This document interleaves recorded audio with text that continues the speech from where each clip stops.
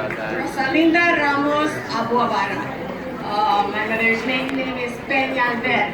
So my real name is Rosalinda Peñalver Ramos de Abuabara.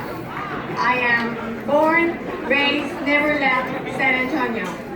So I know the culture, I know the district, I'm a Latina. This is Texas 23 and there are 70% plus Hispanic. And so I feel like I'm the person to represent this district.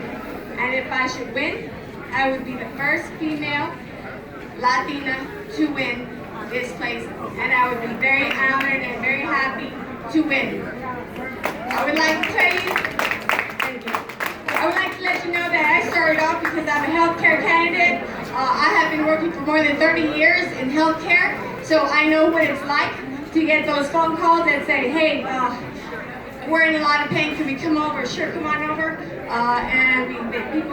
Patients, most of our patients are dying, unfortunately. And so they come over and they need a CAT scan or an MRI.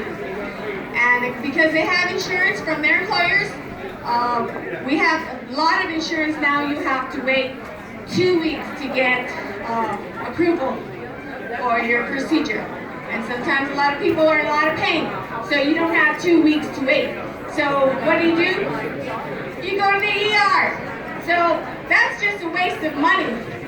We need to fix this system. I'm for Medicare for all.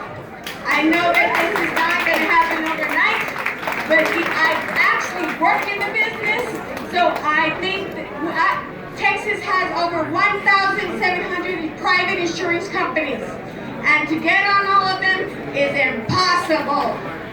So a lot of our employees now, a lot of our patients now, they don't work for 30 years for a company. You change jobs every 3 to 5 years, and your insurance, it goes with you. So if you're sick, and people aren't just easily sick, you're sick and it's complicated, and you're taking meds for the meds.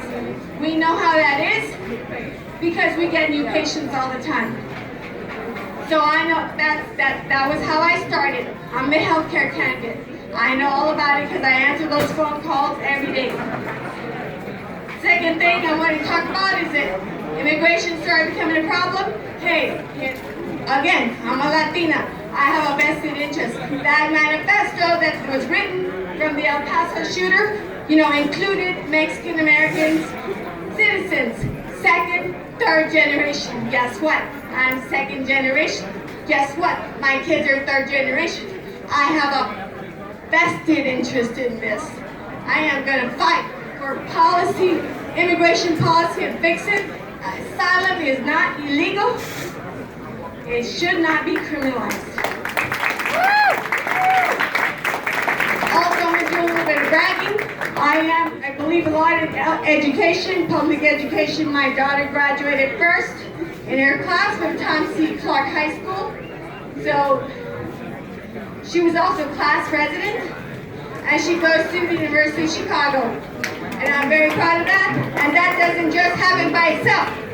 So I'd like to let you all know that I am a strong Latina mom, very proud of it, and she got dress coded when she had 3 tests to take, and guess what?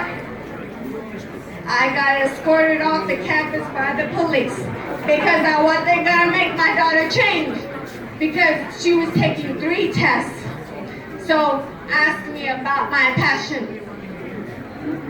I would like to let y'all know also, besides being born and raised here, my mother was born and raised in Pecos County, so I know the rural areas. I'm not just from San Antonio. My mother was from Pecos County, Sheffield, and if you know anything about Sheffield, it's right next to Odessa. So yeah, some of that still affects me. Sorry, I get a lot of complaints that I'm too loud and too passionate, but that's who I am. I'm 54 years old,